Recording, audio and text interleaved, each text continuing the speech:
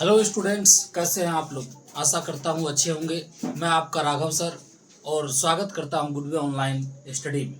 तो चलिए हम आए हैं आपके मैथ का क्लास लेकर के अध्याय 13 का पृष्ठीय क्षेत्रफल और आयतन, जिसमें हम लोग इससे पहले वाले क्लास में घनाभ, घन और बेलन पढ़ चुके हैं। इसको बारीकी से हम लोग देख चुके हैं। इसके आयतन, पृष्ठीय क्षेत्रफल, संपूर्ण पृष्ठीय क्षेत्रफल, सारा कुछ हम लोग इसका ज्ञात कर चुके हैं। उसी तरह से हम लोग आज शंकु, गोला और अर्धगोला को विस्तार से समझने का प्रयास करेंगे। सबका बारी बारी से सूत्र भी ज्ञात करना है हम लोगों को। तो चलिए शुरू करते हैं हम लोग शंकु से।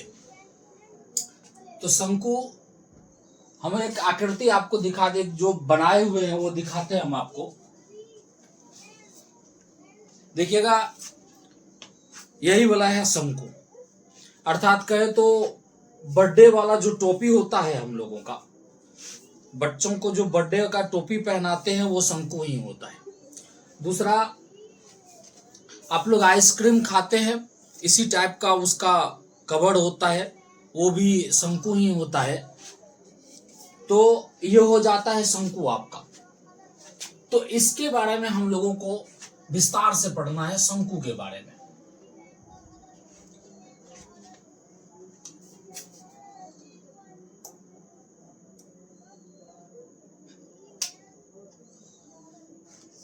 शंकु, तो हम एक डायग्राम बनाते हैं सबसे पहले शंकु का।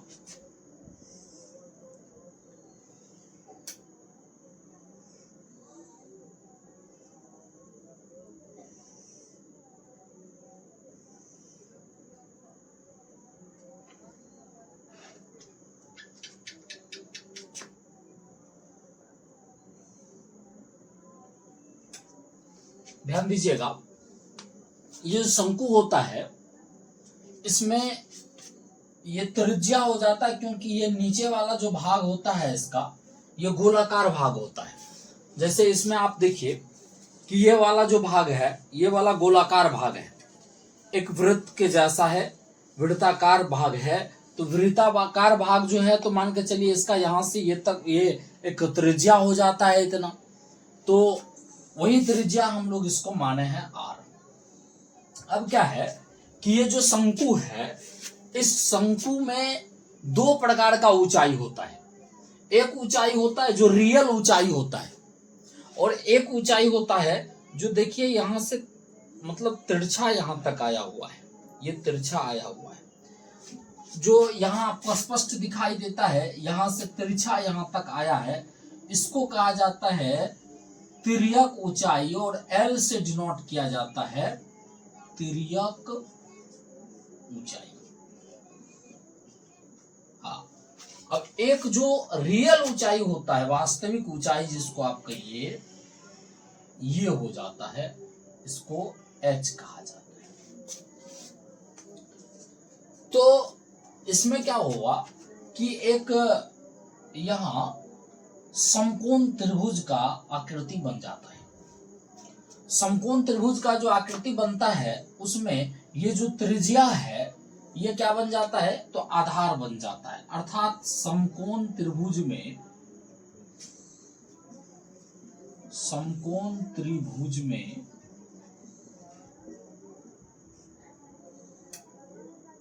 आधार हो जाता है इसका त्रिज्या, लंब हो जाता है इसका ऊंचाई, जिसको एच है, जो एच है। उसके बाद कर्ण जो है, कर्ण हो जाता है तिर्यक ऊंचाई, जो एल है। तो ये समकोण त्रिभुज एक प्राप्त होता है हम लोगों को, किसमें, तो शंकु में। शंकु में समकोण त्रिभुज प्राप्त होता है, जिसमें उसका त्रिज्या हो जाता है आधार, लंब हो जाता है ऊंचाई, और कर्ण हो जाता है तिर्यक ऊंचाई। तो ध्यान दीजिएगा, इस हिसाब से अगर आगे हो सकता है हम लोगों को जरूरत पड़े इसका, तो इस तीनों में रिलेशन तो हम लोगों को क्लियर समझ में आता है। हम लोग पढ़ चुके हैं, कर्ण का वर्ग जो होता है वो लंब और आधार के वर्ग के योग के बराबर होता है। तो हम लोग यहाँ लिखेंगे अर्थात L square is equal to H square plus R square. ये एक सूत्र बन जाता है, एक सूत्र हो जाता है। अब देखिए हम लोगों को बारी बारी से समझना है। सबसे पहले शंकु के बारे में, शंकु का वक्र पृष्ठीय क्षेत्रफल हम लोगों को पढ़ना है। शंकु का वक्र पृष्ठीय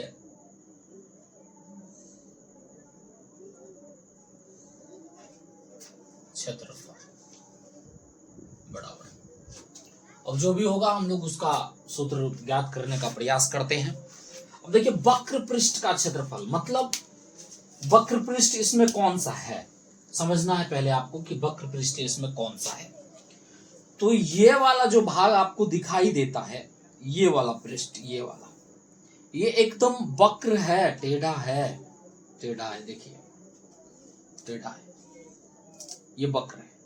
तो ये वाला जो पृष्ठ है, जो व्हाइट इसमें दिखता है, ये वाला जो पृष्ठ है, इसी पृष्ठ का हम लोगों को क्या चाहिए, क्षेत्रफल चाहिए। तो हो जाएगा वक्र पृष्ठ का क्षेत्रफल। हो सकता है कि आगे कह दे आपको संपूर्ण पृष्ठ का क्षेत्रफल, तो उसमें केवल वक्र पृष्ठ का क्षेत्रफल नहीं होगा, वहां क्या होगा वहां देखेंगे हम लोग। लेकिन अभी हम लोग क्या करना चाहते हैं, तो वक्र पृष्ठ का क्षेत्रफल ज्ञात करना चाहते हैं। तो वक्र पृष्ठ का क्षेत्रफल ज्ञात करने के लिए क्या कीजिए, आप इसको आप यहां से काटना शुरू कीजिए, काटिए यहां से, कंप्लीट काट दीजिए। कंप्लीट काटने के बाद ये फैलेगा, इसको फैला दीजिए आप। कैसे फैलेगा, तो ये ऐसे फैलेगा,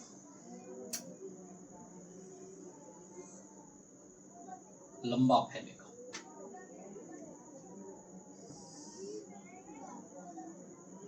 अब मान के चलिए ये ऐसे फैल गया, इसको काटने के बाद ऐसा ही फैलेगा, इसको ऐसा हम लोग फैला दिए। फैलाने के बाद आप ध्यान दीजिएगा कि इसमें अगर हम लोग त्रिभुज बनाना शुरू करें तो छोटा छोटा त्रिभुज ढेर सारा बना सकते हैं। इसको छोटा छोटा काटिए और छोटा छोटा काटिए और छोटा छोटा आप त्रिभुज इसमें से बनाइए, ठीक है। ढेर सारा त्रिभुज बनेगा। अब उतने सारे त्रिभुज को हम लोगों को देखना है नहीं अभी, लेकिन हाँ ठीक है कि त्रिभुज ढेर सारा इसमें बनेगा। अब उसमें से क्या करते हैं हम लोग, एक त्रिभुज का क्षेत्रफल ज्ञात करने का प्रयास करते हैं, किसी एक त्रिभुज का। तो मान के चलिए कि एक ये वाला त्रिभुज, ये वाला देखने में ज्यादा छोटा लगता है, इसलिए हम लोग ये वाला त्रिभुज का क्षेत्रफल ज्ञात करते हैं। ये वाला का थोड़ा सा बड़ा लगता है, या नहीं तो इसको डिवाइड कर दीजिए, छोटा और हो जाएगा। अब इसका हमको क्षेत्रफल ज्ञात करना है, केवल इसका। अब इसमें क्या करते हैं हम लोग, साधारण सूत्र जो जानते हैं त्रिभुज के क्षेत्रफल का, त्रिभुज का क्षेत्रफल एरिया ऑफ ट्रायंगल ये होता है 1/2 गुना आधार गुना ऊंचाई, यही तो सूत्र होता है। तो इसमें क्या करते हैं हम लोग, 1/2 ये तो फिक्स है, वही रहेगा। आधार तो यहां से यहां तक जो है यही आधार होगा, यही होगा आधार, ठीक है। कि कंप्लीट को अगर देखते हैं हम लोग तो ये वक्र सा दिखता है, ये टेढ़ा लगता है, कंप्लीट ये टेढ़ा लगता है। लेकिन एकदम छोटा सा त्रिभुज का अगर बात करें तो उसका आधार टेढ़ा नहीं लगेगा। एकदम तनिक दूर अगर इसको आप देखते हैं, तनिक दूर है, इतना सुन दूर देखते हैं, मतलब हम चिन्ह लगाते हैं इस पे। हमने इसमें जितना दूर ये काला चिन्ह लगाया, अगर इतना ही दूर को आप देखिएगा तो क्या ये राउंड लगेगा, नहीं लगेगा राउंड। ये कैसा लगेगा, एकदम सीधा सा स्ट्रेट सा लगेगा। तो मान के चलते हैं कि इसका जो ये आधार है, ये त्रिभुज आपको समझने के लिए हम बड़ा त्रिभुज ले रहे हैं, लेकिन ये इतना बड़ा त्रिभुज है नहीं, छोटा त्रिभुज है, बहुत छोटा त्रिभुज है, उसका आधार बहुत छोटा है। तो स्ट्रेट मान लेते हैं कि वो सीधा है, ठीक है, सीधा है। और वो मान के चलिए A1 है, उसका आधार क्या है, A1 है, तो ठीक है, आधार A1 गुना ऊंचाई चाहिए आपको।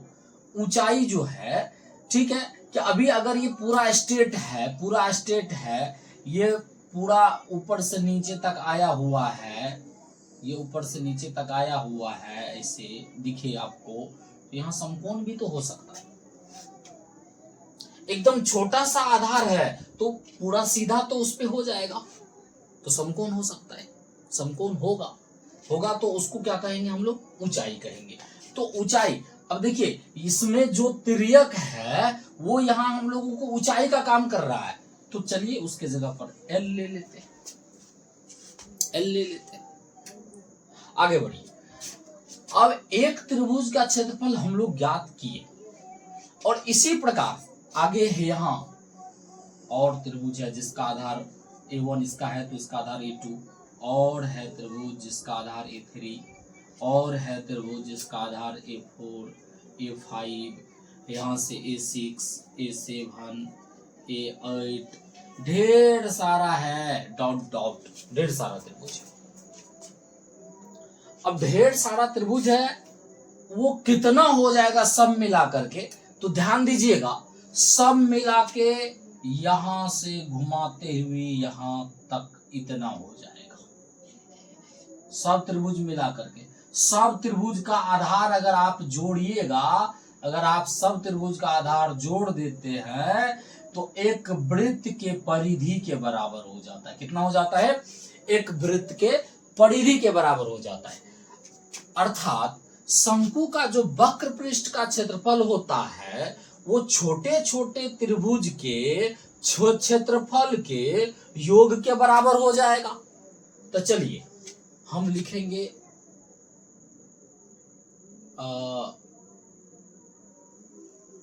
सभी छोटे छोटे त्रिभुज के क्षेत्रफल का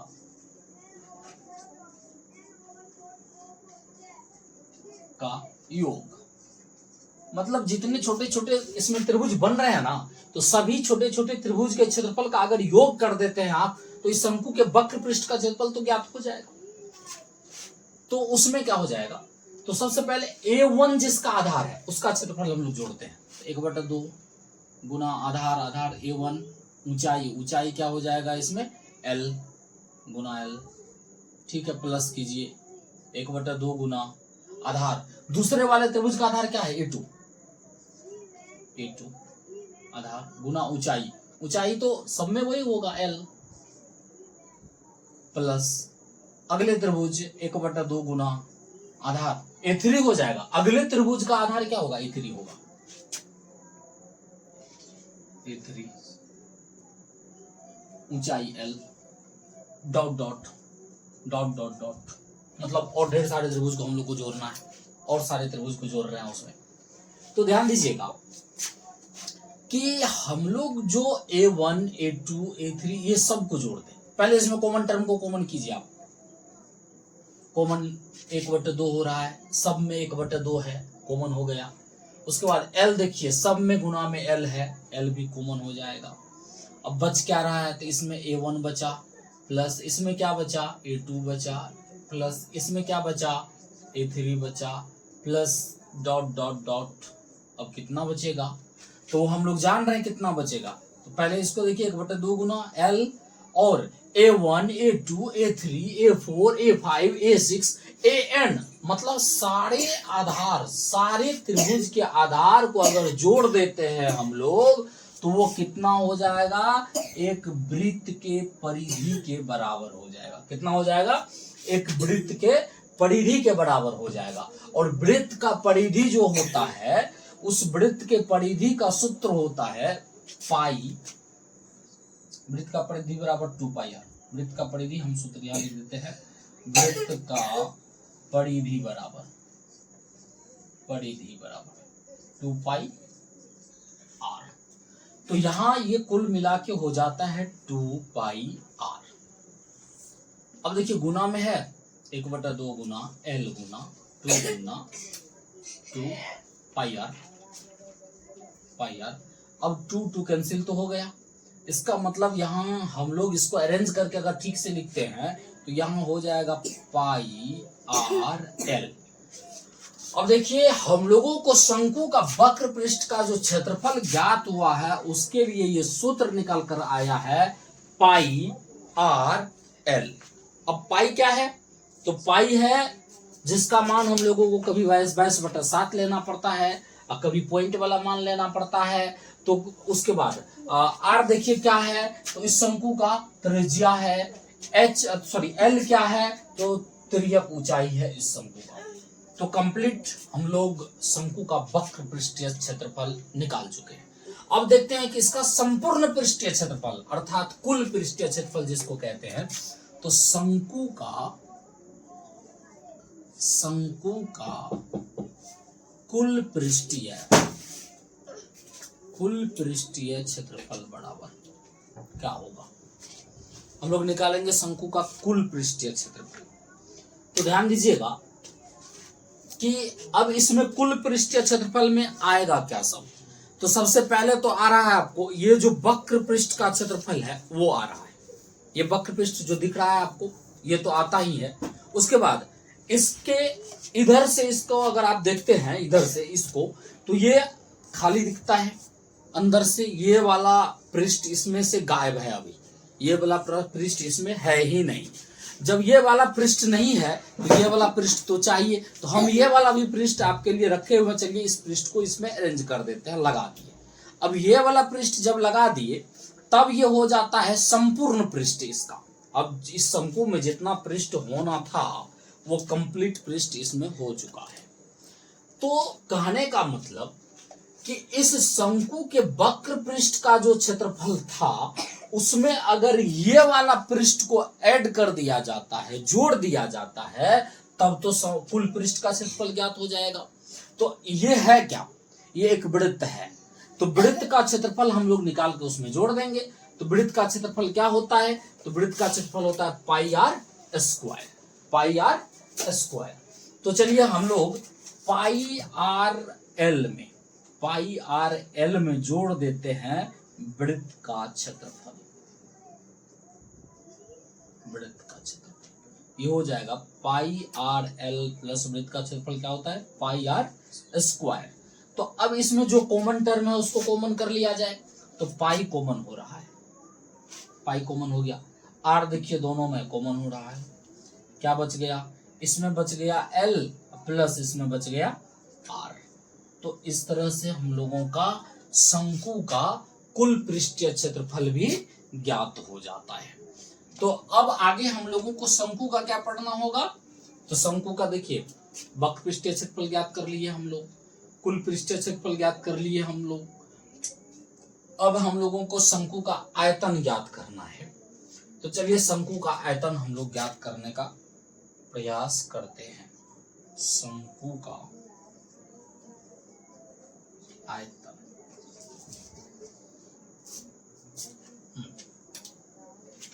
अब देखिए शंकु के आयतन को आपको समझना है। तो शंकु का आयतन गोला से संबंधित, क्या कहते हैं, बेलन से संबंधित बात है। बेलन से संबंधित बात है। तो क्या करते हैं हम लोग, एक बेलन बना लेते हैं। एक बेलन बना लेते हैं।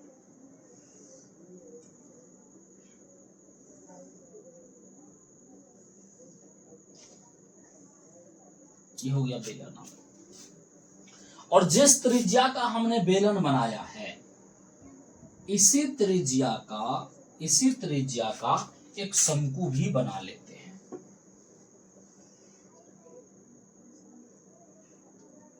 एक शंकु भी बना लेते हैं।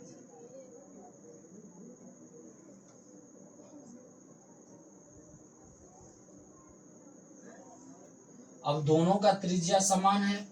हमने यहाँ जो शंकु बनाया उसका त्रिज्या और यहाँ जो हमने बेलन बनाया उसका त्रिज्या दोनों का बराबर है। अब क्या कीजिए आप, इस शंकु में पूरा पानी भर लीजिए। एक शंकु पानी ले लीजिए और उस पानी को आप इस बेलन में उड़ेल दीजिए। तो ये शंकु में पानी, बेलन में पानी भरने के बाद बेलन का ये वाला भाग भरेगा। मान के चलिए इतना भाग इसका बढ़ गया पानी से। फिर दोबारा क्या कीजिए, आप इस शंकु में पानी डालिए और फिर से वो शंकु का पानी इसमें डाल दीजिए। तब क्या होगा, तो इस बार शंकु यहां तक, बेलन यहां तक भरने वाला है। अब बेलन यहां तक भर गया। दोबारा क्या कीजिए, तिबारा मतलब थर्ड टाइम्स इसमें फिर से आप पानी डालिए और इसको उड़ेल दीजिए इसमें। अब ये बेलन कंप्लीट भर चुका है। अब इसमें जगह नहीं है पानी रखने का। तो इसका मतलब होता है कि 3 शंकु का जो बेलन हो, शंकु का जो आयतन होगा वो एक बेलन के आयतन के बराबर होगा। क्लियर है कि 3 शंकु का जो आयतन होगा वही आयतन एक बेलन का होगा। अर्थात हम लोग यहां लिख सकते हैं कि 3 शंकु बराबर एक बेलन। ये आयतन के पॉइंट ऑफ व्यू से हम लोग लिख रहे हैं कि 3 शंकु बराबर एक बेलन, अर्थात 3 शंकु का आयतन जो होगा एक बेलन के आयतन के बराबर होगा। तो हाँ, एक शंकु का अगर आयतन हम लोगों को निकालना रहे, एक शंकु का, इसीलिए एक शंकु का आयतन ज्ञात कीजिए। एक शंकु बराबर 1/3 बेलन, 1/3 बेलन। तो हम लोग शंकु का जो आयतन ज्ञात करने जा रहे हैं, तो यहां से क्लियर पता चलने लगा है कि एक शंकु का जो आयतन होगा वो बेलन के आयतन का 1/3 भाग होगा। तो आप सीधा यहां बेलन का आयतन लिखिए और उसमें 3 से भागा दीजिए। तो बेलन का आयतन, यहां भी वही बात लिख दीजिए ना, 1/3 गुना बेलन का आयतन। 1/3 तो होगा। बेलन का आयतन क्या होता है, तो बेलन का आयतन हम लोग ज्ञात कर चुके हैं, इससे पहले पढ़ चुके हैं। πr² होता है बेलन का आयतन। तो 1/3 गुना πr²h, अर्थात हो तो गया 1/3 πr²h। इसको इस तरह से आप लिखिए, कंप्लीट हो गया शंकु। अब शंकु का तीनों चीज हम लोग ज्ञात कर चुके हैं, एकदम विस्तार से ज्ञात किए। तो अब हम लोग पढ़ने जा रहे हैं गोला को। ध्यान दीजिएगा, बहुत आसान है। गोला क्या है, तो जी यही है गोला। आप लोग ढेर सारा गोला का एग्जाम्पल देखे हैं। बॉल हो जाता है, फुटबॉल हो जाता है, मतलब वो कंचे जो होते हैं वो हो जाता है। ये सब के सब क्या है, तो गोला है। तो गोला के ही बारे में हम लोगों को पढ़ना है। गोला में क्या क्या पढ़ना होगा हम लोगों को, तो सबसे पहले गोला का वक्र पृष्ठीय क्षेत्रफल, यही पढ़ना है। तो ध्यान दीजिएगा, गोला का वक्र पृष्ठीय क्षेत्रफल निकालना बहुत आसान है, बहुत आसान है, एक बार में आपको समझ में आएगा। तो क्या करते हैं, सबसे पहले हम लोग एक गोला बनाकर देखते हैं कैसा होता है।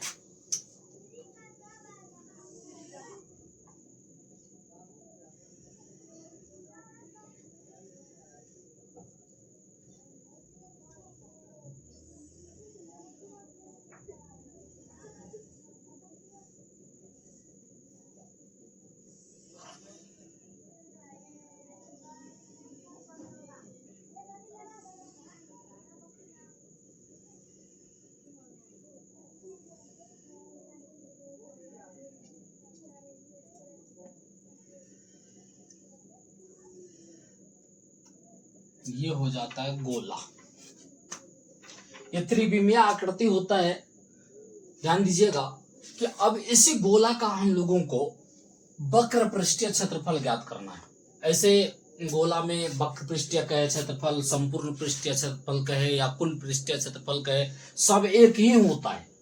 मतलब इसका कहेगा कि वक्र पृष्ठीय क्षेत्रफल, तो भाई इसमें पूरा का पूरा तो पृष्ठ वक्र ही है, कहीं से समतल तो दिखता नहीं है। उसके बाद इसमें कहे कि संपूर्ण पृष्ठीय क्षेत्रफल, तो सभी भाग तो वही है ना जो वक्र भाग है। कुल मिला के संपूर्ण पृष्ठ वही होता है जो कुल वक्र है, जो वक्र है। अर्थात आपको सवाल में कहे वक्र पृष्ठीय क्षेत्रफल तो भी वही ज्ञात कीजिए, संपूर्ण पृष्ठीय क्षेत्रफल कहे तो वो भी वही ज्ञात कीजिए, उसके बाद कुल पृष्ठीय क्षेत्रफल का देता तो वही बात होगा। सबके सब एक ही बात है, किसमें? सिर्फ गोला में। तो इस गोला को हम लोग अब पढ़ना शुरू करते हैं। ध्यान दीजिएगा कि गोला का पृष्ठीय क्षेत्रफल हम लोग कैसे ज्ञात करेंगे, कैसे हो सकता है इसका पृष्ठीय क्षेत्रफल।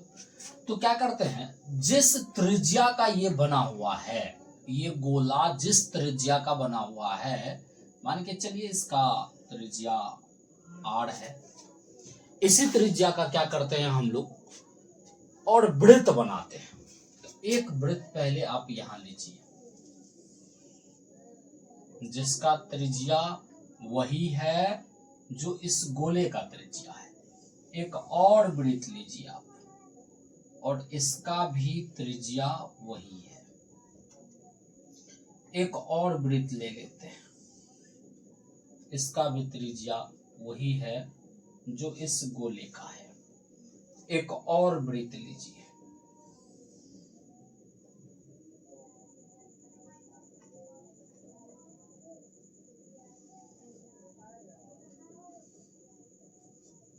मतलब ये चारों के चारों वृत्त एक ही प्रकार के त्रिज्या वाले हैं, और वही त्रिज्या जिस त्रिज्या का ये गोला है। अब ध्यान दीजिएगा कि हम लोगों को इस गोला का पृष्ठीय क्षेत्रफल ज्ञात करना है, वक्र पृष्ठीय क्षेत्रफल ज्ञात करना है। कैसे ज्ञात होगा? तो ये मान के चलिए यही गोला है, आप एक रस्सी का व्यवस्था कीजिए, और रस्सी का व्यवस्था करके आप क्या कीजिए, इस गोला पर ऐसे रस्सी घुमाना शुरू कीजिए। ऐसे एकदम क्लोज रस्सी घुमाइए, एकदम क्लोज, सटा सटा के रस्सी घुमाते जाइए, घुमाते जाइए, घुमाते जाइए। कितना रस्सी घुमाना है? तो उतना रस्सी घुमाना है जो पूरे इस गोला को पूरा पूरा बंद कर दे, अर्थात ढक ले ऊपर से। उतना रस्सी घुमाना है हम लोगों को इस पर। और देखिए उतना घुमाने की आवश्यकता नहीं है, हाँ, लेकिन उतना रस्सी घुमाना। कितना रस्सी घुमाना है? तो जितना रस्सी पूरे इस गोला को ढक लेगा उतना रस्सी इस पर घुमाना है। ठीक है, उतना रस्सी घुमा करके रस्सी पूरा ढक लिया, वहां से आप रस्सी को कट करके हटा दीजिए।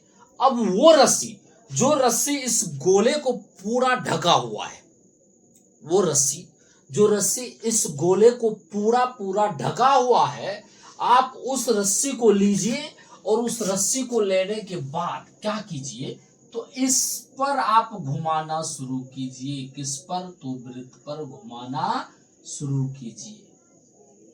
हम उतना नजदीक नहीं घुमा रहे हैं, लेकिन आपको समझना है क्या कि पूरा एकदम सटा सटा के घुमाना है, पूरा सटा के घुमाना है, एकदम पूरा सटा सटा के घुमाना है। अब क्या होगा, तो ये पूरा का पूरा भर जाएगा, ये पूरा भर जाएगा। ये जो वृत्त है ये पूरा भर जाएगा, और भरने के बाद देखिए रस्सी बाकी रह जाएगा, रस्सी बाकी रह गया है। अब आप क्या कीजिए, इस रस्सी को यहां से काट लीजिए, यहां से इस रस्सी को कट कीजिए, और यहां से उठाइए इस रस्सी को, फिर लाइए, इस पर आप रखना शुरू कीजिए। घुमाइए, इस पर घुमाते जाइए, घुमाते जाइए, घुमाते जाइए, घुमाते जाइए, घुमाते जाइए। मान के चलते हैं कि इस पर भी पूरा हो गया, इस पर भी पूरा हो गया और रस्सी बाकी रह गया। अब आप फिर से क्या कीजिए, इस रस्सी को यहां से कट कीजिए और उठाइए यहां से इस रस्सी को और ले आइए इस वृत्त पर और घुमाना शुरू कीजिए। घुमाइए घुमाइए, घुमाते जाइए घुमाते जाइए घुमाते जाइए घुमाते जाइए घुमाते जाइए घुमाते जाइए घुमाते जाइए, पूरा इस वृत्त को भर दीजिए रस्सी से, कहीं कोई जगह खाली ना बचे। मान के चलते हैं कि ये वृत्त पूरा का पूरा भर गया और फिर भी रस्सी बच गया। कट कीजिए उस रस्सी को वहां से और फिर से अब इस रस्सी को उठाइए, यहां से उठाइए इस रस्सी को और ले आइए इस वाले वृत्त पर और घुमाना शुरू कीजिए। इसको ढकना है हम लोगों को, ढकिए, ढक रहे हैं, ढकते जाइए ढकते जाइए ढकते जाइए। अब क्या होगा कि एक समय ऐसा आने वाला है कि ये रस्सी इस वृत्त में खत्म हो जाएगा। देख लीजिए वृत्त में खत्म हो गया है रस्सी। अर्थात इसका मतलब होता है कि हमने जितना रस्सी इस गोला पर डाला था उसी रस्सी को अगर वृत्त पर फैलाते हैं तो 4 वृत्त, एक वृत्त, दूसरा वृत्त, तीसरा वृत्त और चौथा वृत्त, 4 वृत्त को ढक देता है। इससे क्लियर होता है कि 4 वृत्त का जो क्षेत्रफल होगा वो उसी त्रिज्या वाले एक गोला का क्षेत्रफल होगा। तो आराम से लिखिए, आप आराम से लिखिए कि 4 वृत्त का क्षेत्रफल क्या हम लोग लिखे, क्या गोला का वक्र पृष्ठीय क्षेत्रफल वो किसके बराबर होगा? 4 वृत्त के क्षेत्रफल के बराबर होगा। तो 4 वृत्त का क्षेत्रफल और एक गोला का क्षेत्रफल बराबर होगा। हम लोगों ने प्रैक्टिकल किया है। तो चलिए आगे बढ़ते हैं। 4 बेचारा तो 4 है और वृत्त का क्षेत्रफल होता क्या है? वृत्त का क्षेत्रफल क्या होता है? Pi r square. क्या होता है? Pi r square. वृत्त का क्षेत्रफल होता है पाई आर स्क्वायर। अर्थात कोई गोला है, उसका क्षेत्रफल, उसका कुल पृष्ठीय क्षेत्रफल, संपूर्ण पृष्ठीय क्षेत्रफल, वक्र पृष्ठीय क्षेत्रफल, ये क्या होगा? 4 पाई आर स्क्वायर। अब देखिए गोला को हम लोग समझ लिए, गोला के पृष्ठीय क्षेत्रफल को हम लोग समझ चुके हैं। हम लोगों को अब गोला के बारे में आयतन को समझना है। गोला के बारे में आयतन को समझना है। तो चलिए गोला का आयतन देखते हैं। गोला का आयतन क्या होगा? तो उसके लिए भी एक प्रैक्टिकल करेंगे हम लोग। क्या प्रैक्टिकल करेंगे? तो एक क्या कीजिए, आप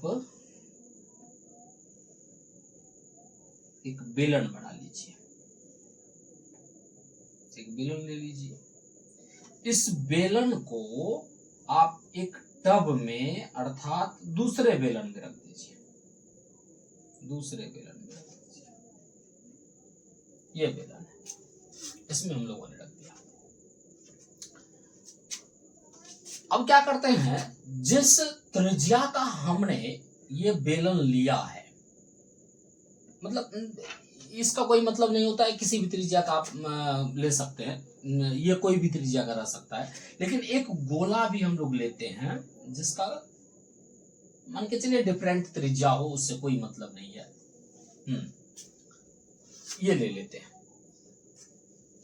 अब इस तरह के और ढेर सारे आप गोला ले सकते हैं, लेकिन हम लोगों को अभी तत्काल एक ही गोला देखना है, बाद में उसको समझ लेंगे हम लोग। क्या करते हैं, तो इसको हम लोग पानी से भर देते हैं। ये जो फर्स्ट वाला है बेलन, ये सेकंड बेलन है। फर्स्ट वाले बेलन को हम लोग पानी से भर देते हैं। चलिए पानी से हम लोग भर देते हैं, इसको भर देते हैं। अब जैसे ही इस गोला को हम लोग इसमें डालेंगे, डालेंगे कब?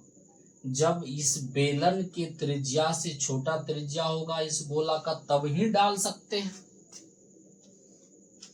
तो चलिए छोटा था, डाल रहे हैं, इसमें डला रहा है, वो डाल रहे हैं, इसमें हम पानी से भरा हुआ है बेलन, उसमें एक गोला को डाल रहे हैं। तो पानी से भरे हुए बेलन में जैसे ही आप गोला को डालिएगा तो पानी तो निकलना शुरू होगा। तो चलिए पानी इसमें से बाहर निकलने लगा। अब ये जो पानी बाहर निकला है वो पानी इसमें आएगा, सेकंड वाले बेलन में आएगा। अब क्या है कि इसमें जो पानी आया है, इस पानी का आयतन ज्ञात करने के लिए आप एक बेलन का प्रयोग कर सकते हैं, क्योंकि हम लोग बेलन का आयतन इससे पहले ज्ञात कर चुके हैं। इससे पहले बेलन का आयतन हम लोग ज्ञात कर चुके हैं। तो बेलन का जो आयतन हम लोग ज्ञात किए हैं उसी से बेलन से ही इस पानी का आयतन ज्ञात करेंगे। अर्थात इसको क्या करेंगे हम लोग, तो एक बेलन ऐसा बनाएंगे जिसका त्रिज्या ऐसा ही होगा, इसी के जैसा होगा, और उसमें इस पानी को डालना, केवल इस पानी को, जो पानी बाहर निकला है दूसरे टब में गया है, दूसरे वाले बेलन में गया है, उस पानी को क्या करना है, हम लोगों को नए वाले बेलन में डालना है, जिस बेलन का त्रिज्या इसी के बराबर होगा। तब क्या देखेंगे हम लोग कि इसका जो त्रिज्या है, इसका मतलब इसका घन, इस त्रिज्या का घन कहे तो आर क्यूब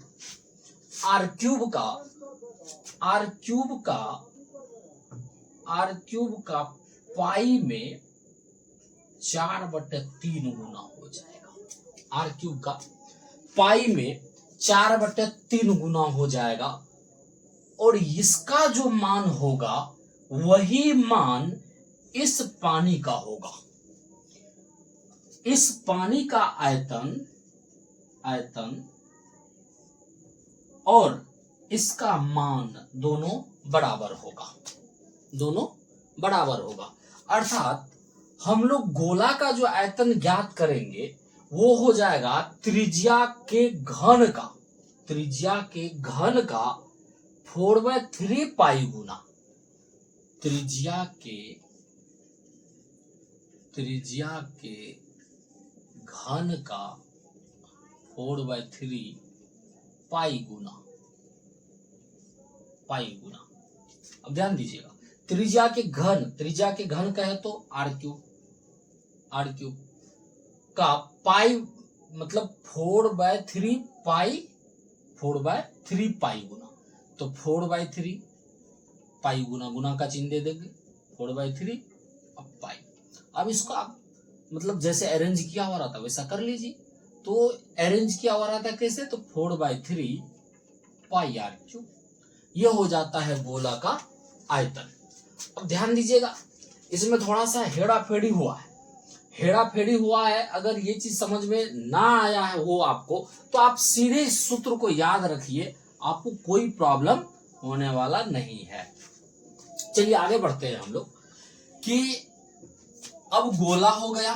गोला के बारे में हम लोगों को कुल पृष्ठीय क्षेत्रफल या पृष्ठीय क्षेत्रफल जो भी कहिए वो पता चल गया, और बहुत बढ़िया ढंग से पता चला। फिर उसका आयतन जो है बेहतर ढंग से हम लोगों ने निकाला। अब हम लोगों को अर्धगोला के विषय में जानकारी है लेना, तो अर्धगोला को हम लोग समझने का प्रयास करते हैं। ध्यान दीजिएगा कि अर्धगोला जो है, अर्धगोला, ये तो गोला का आधा वाला बात हो रहा है ना, मतलब गोला का आधा कर देंगे तो अर्धगोला हो गया। तो गोला का आधा कीजिए आप। तो चलिए यहां पर हम डायग्राम बनाते हैं अर्धगोला का, यहां पर बनाते हैं। ये हो गया अर्धगोला, ये हो गया अर्धगोला, एक कटोरा के जैसा दिखेगा आपको। अब मान के चलिए ये गोला है, इसको बीच से अगर काट दें तो ये वाला आधा वाला भाग अर्धगोला एक हो गया, और ये आधा वाला भाग एक अर्धगोला हो गया। तो एक गोला को आप दो अर्धगोला बना लीजिए, उसी में से एक अर्धगोला हम लोग यहां रखे हैं। अब इसका जो है वक्र पृष्ठ का क्षेत्रफल पहले आप देखिए, त्रिज्या तो r होगा, इसके वक्र पृष्ठ का क्षेत्रफल, अर्धगोला के वक्र पृष्ठीय क्षेत्रफल क्या होगा, अर्धगोला का वक्र पृष्ठीय क्षेत्रफल क्या होगा। तो गोला का कंप्लीट पृष्ठीय क्षेत्रफल होता है 4 पाई r स्क्वायर, उसका आधा हो जाएगा, क्योंकि वक्र पृष्ठ की बात हो रही है, आधा हो जाएगा, आधा ही वक्र पृष्ठ इसमें बचा है, आधा वक्र पृष्ठ हट गया तो इसका आधा हो जाएगा। तो क्या हो जाएगा, गोला का पृष्ठीय क्षेत्रफल, गोला का पृष्ठीय क्षेत्रफल अब बटे 2, अर्थात गोला का पृष्ठीय क्षेत्रफल होता क्या है, तो 4 पाई r स्क्वायर, 4 पाई r स्क्वायर बटे 2 कीजिए, 2 से ये कटेगा, ये हो जाएगा 2 पाई r स्क्वायर, ये हो जाता है अर्धगोला का वक्र पृष्ठीय क्षेत्रफल। अब ध्यान दीजिएगा, अर्धगोला के वक्र पृष्ठीय क्षेत्रफल को हम लोगों ने समझ लिया, लेकिन अगर इसका संपूर्ण पृष्ठीय क्षेत्रफल कहता है, कुल पृष्ठीय क्षेत्रफल कहता है, तो वो भी आसान है, लिखेंगे यहां अर्धगोला का कुल पृष्ठीय क्षेत्रफल बराबर क्या हो जाएगा।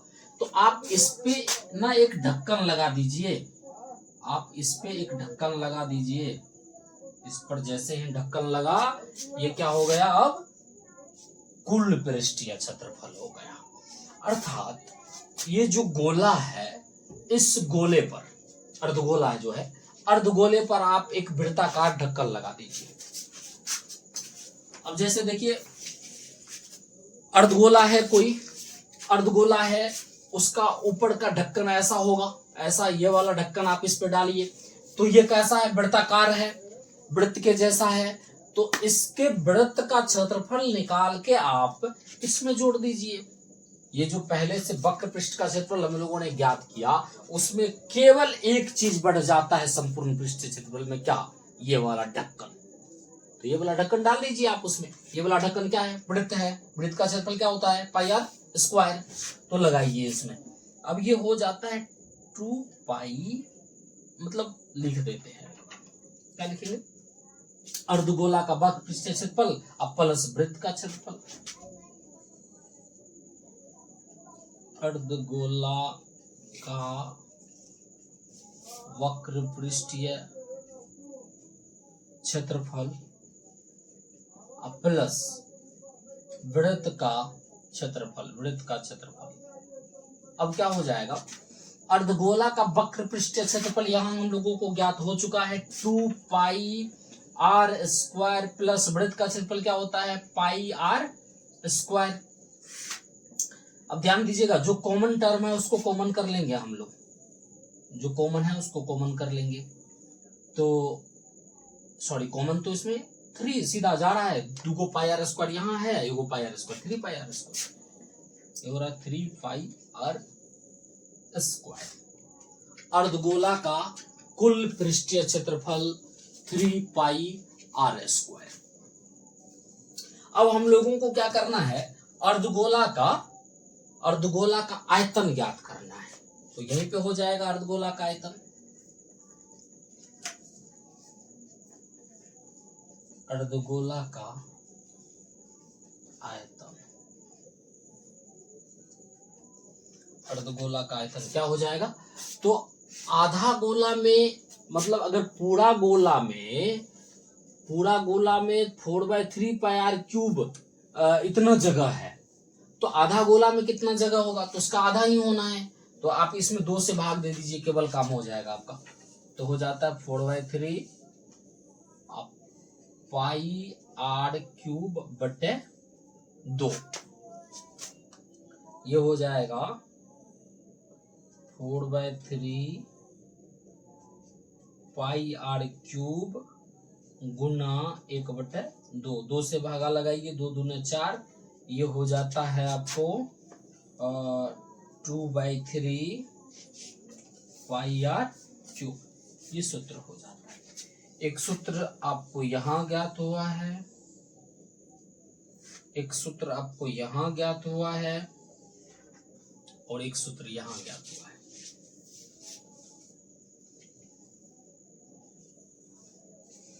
तो ध्यान दीजिएगा, हम लोग घनाभ, घन, बेलन, शंकु, गोला और अर्धगोला को विस्तार से समझ चुके हैं। अब इससे संबंधित जो भी समस्या होगा आपको केवल सूत्र याद रखिए, केवल सारा सूत्र याद रखिए, और सब के सब सवाल बनेंगे। थोड़ा सा लॉजिकल सवाल मिलेगा आपको, उस लॉजिकल सवाल को समझने का प्रयास कीजिएगा। अगर सवाल को समझते हैं तो एक भी सवाल आपसे बचने वाला नहीं है।